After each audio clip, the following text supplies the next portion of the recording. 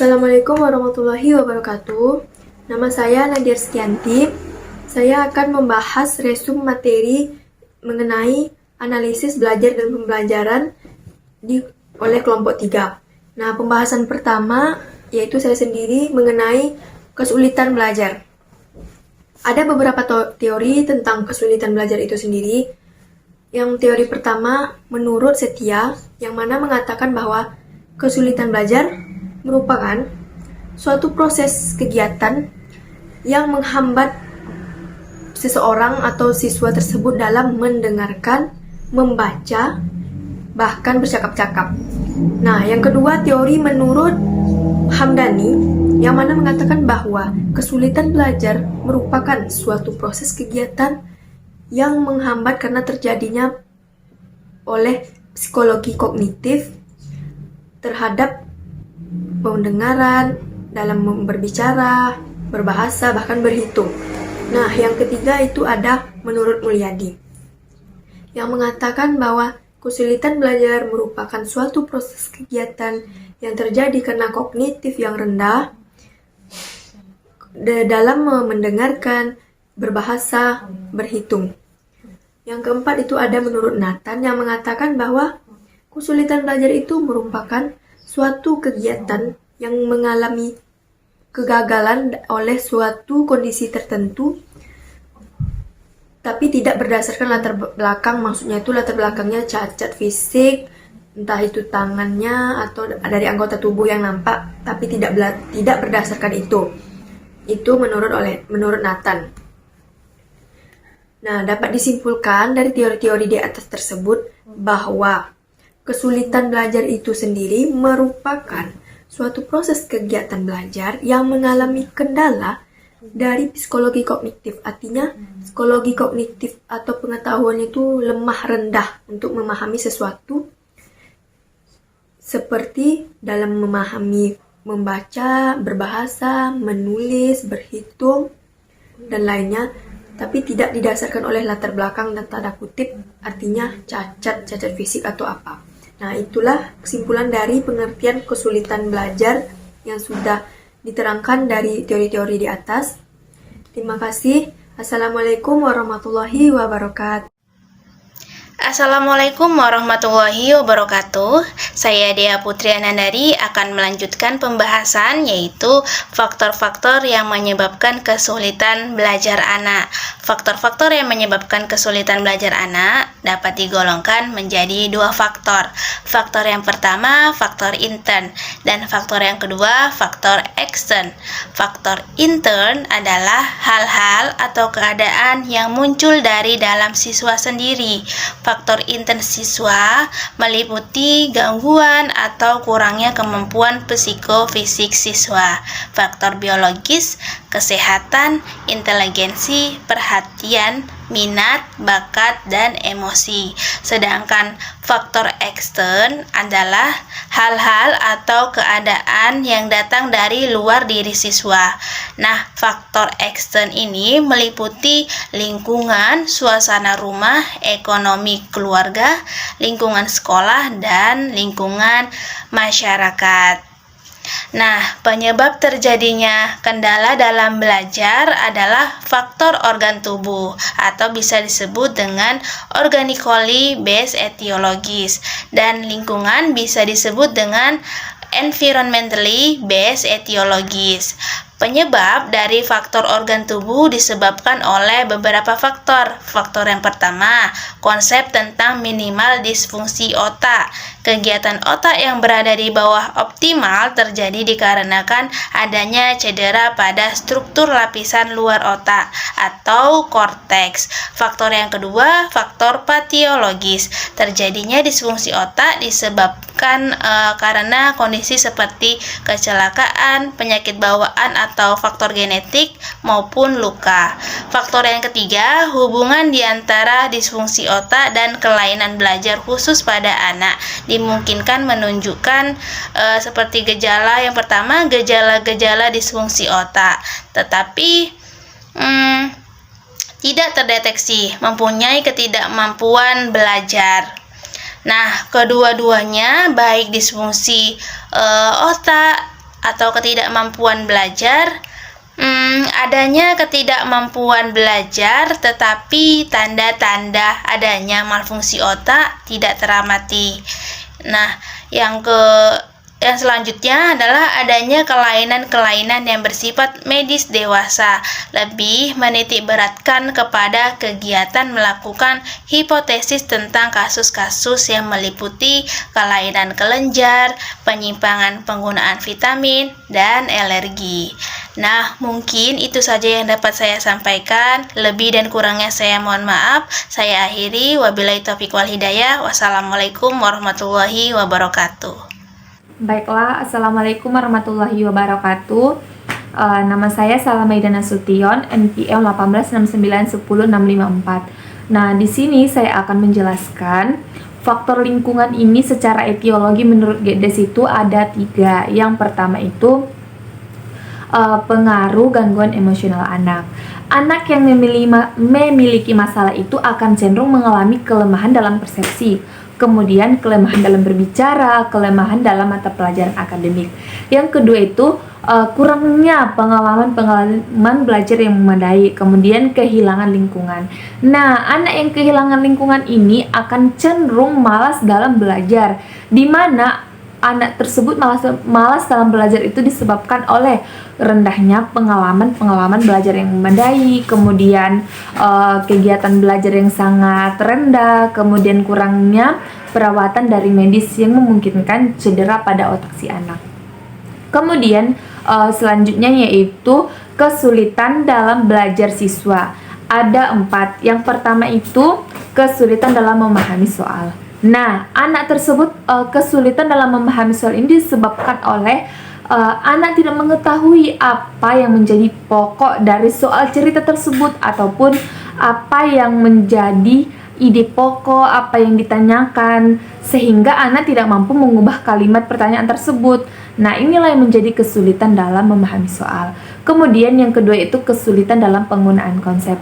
Nah, konsep inilah pengetahuan dasar. Nah, ini disebabkan mengalami kesulitan dikarenakan anak tidak mendengarkan ketika guru menjelaskan, sehingga anak tidak mampu memahami apa yang menjadi pengetahuan dasar yang dijelaskan oleh guru. Kemudian kesulitan dalam penggunaan prinsip. Nah, ini terjadi ketika seorang anak tidak mampu memahami konsep. Ketika anak tidak mampu memahami pengetahuan dasar, maka anak tersebut tidak akan mampu mengembangkan pengetahuan dasar, di mana ketika tidak mampu memahami penggunaan konsep, maka anak tersebut tidak akan mampu mengembangkan prinsip-prinsip, sehingga tidak terjadi pengembangan dari pengetahuan dasar yaitu konsep. Kemudian kesulitan dalam melakukan komputasi. Nah, ini disebabkan oleh kurangnya ketelitian si anak ketika mengerjakan soal-soal yang diberikan oleh guru. Baiklah, terima kasih. Assalamualaikum warahmatullahi wabarakatuh. Assalamualaikum warahmatullahi wabarakatuh. Saya Agelia Intan Sukma. Di sini saya akan menjelaskan materi lanjutan yang telah disampaikan teman saya, yaitu terdapat jenis-jenis kesulitan belajar siswa yang berbeda. Di sini ada 5 klasifikasi jenis-jenis kesulitan belajar siswa. Yang pertama, disleksia, kesulitan belajar di mana anak sulit memahami tulisan baik huruf maupun angka. Yang kedua, disgrafia, kesulitan menulis baik berupa merangkai huruf dalam kata atau membuat kalimat lengkap. Yang ketiga, diskalkulia, kondisi di mana seorang anak memiliki kesulitan memecahkan soal matematika dan mengalami kesulitan menangkap konsep-konsep matematika dasar.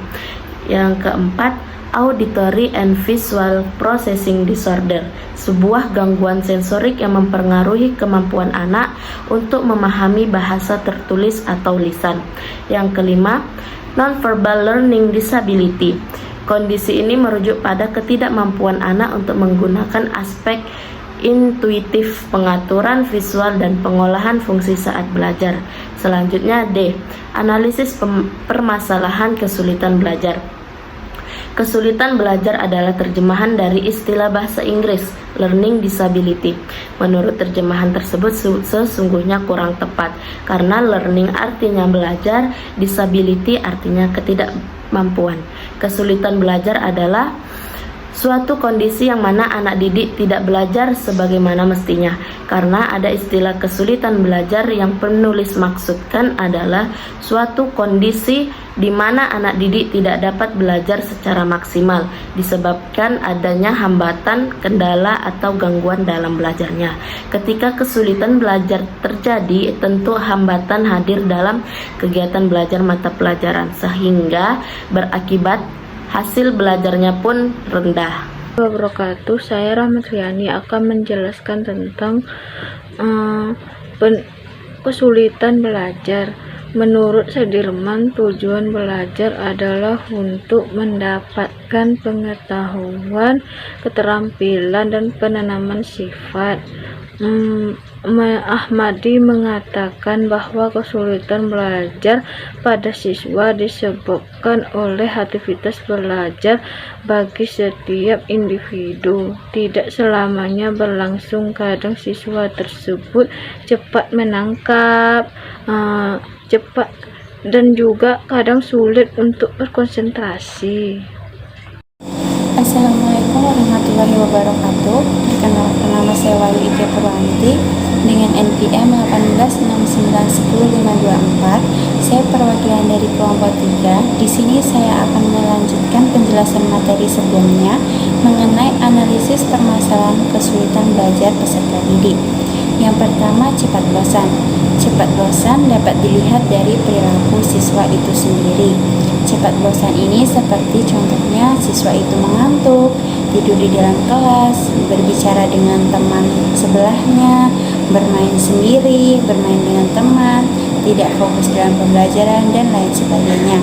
Cepat bosan ini bisa disebabkan karena kurangnya variasi pembelajaran yang guru berikan, seperti kurangnya variasi media pembelajaran maupun penjelasan materinya.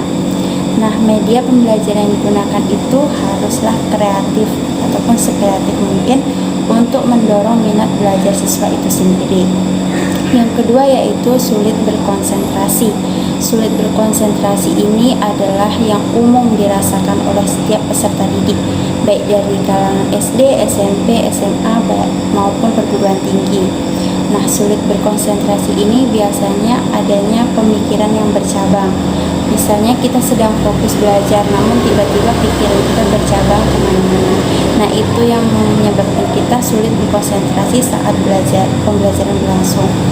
Ciri-ciri sulit berkonsentrasi itu biasanya pertama, tidak menyimak guru saat menjelaskan materi, berbicara dengan teman, bermain-main, ketika ditanya tidak respon, ketika diberi pertanyaan juga tidak memberikan respon apapun atau pendapat apapun. Baiklah, cukup sekian penjelasan dari saya. Lebih dan kurangnya saya mohon maaf. Saya akhiri, wabillahi taufiq wal hidayah. Wassalamualaikum warahmatullahi wabarakatuh. Assalamualaikum warahmatullahi wabarakatuh. Baiklah, perkenalkan, saya Sarah Syahrani Lubis. Saya dari kelompok 3. Di sini saya akan membuat video tentang lanjutan penjelasan dari teman saya, yaitu saya masih berkaitan dengan faktor yang mempengaruhi kesulitan belajar siswa. Nah, di sini saya akan menjelaskan tentang apa itu lupa. Nah, sebelumnya keadaan lupa itu dalam ingatan, keadaan itu adalah merupakan pikiran yang tidak lagi dapat mengingat sesuatu yang sebelumnya telah diketahui. Nah, keadaan sebagian siswa yang mudah lupa, begitu selesai guru menerangkan pembelajaran, besoknya mereka itu sudah lupa. Nah, itu dari contoh dari lupa. Di mana lupa itu adalah berbagai rekaman pengalaman hidup yang telah disimpan di dalam memori. Nah, terkadang itu tidak bisa dipulihkan dengan benar ke dalam rekaman sebelumnya, yang disebabkan oleh banyak faktor. Dengan munculnya lupa dalam ingatan kehidupan ini sebenarnya bisa menangkap semacam kebijaksanaan. Nah, lupa itu keadaan yang tidak lagi dapat mengingat sesuatu sebelumnya. Nah, selanjutnya saya akan menjelaskan tentang apa itu malas. Nah, sikap malas ini merupakan cerminan dari kurang adanya motivasi. Motivasi memegang peranan penting dalam keberhasilan belajar siswa, karena motivasi merupakan salah satu jenis motivasi yang dihasilkan oleh siswa yang disadari atau tidak disadari. Nah, motivasi ini berasal dari motivasi internal dan eksternal, di mana itu kita bisa melihatnya dalam tindakan. Seperti itu contohnya. Nah, sehingga tindakan yang diharapkan itu dapat terlaksana dengan baik. Malas itu merupakan hal yang wajar dan sudah lumrah dalam kehidupan, yaitu malas dalam mengerjakan suatu pekerjaan atau malas mengerjakan PR. Nah, seperti itu contohnya. Baiklah, sekian dari penjelasan saya. Saya akhiri. Assalamualaikum warahmatullahi wabarakatuh.